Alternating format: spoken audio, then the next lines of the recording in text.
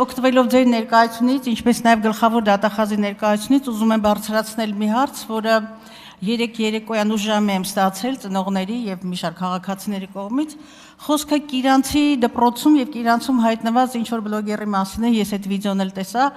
որը հայտնվել էր Կիրանցում եւ նաեւ չգիտես ինչպես, ինչ միջոցներով եւ ճանապարհով հայտնվել էր Կիրանցի դպրոցի բունկերում, որը ըստ էության պաշտպանության ենթակա օբյեկտ է եւ ես կարծում եմ այստեղ շատ լուրջ անվտանգային գործոն կա եւ խնդիր կա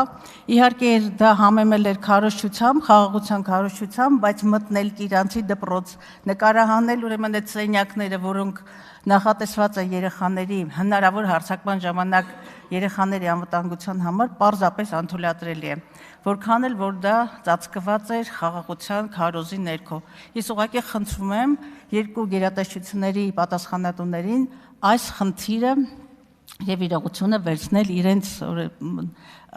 ուշադրության ներքո ես կարող եմ նաեւ ձեզ փոխանցել հղումները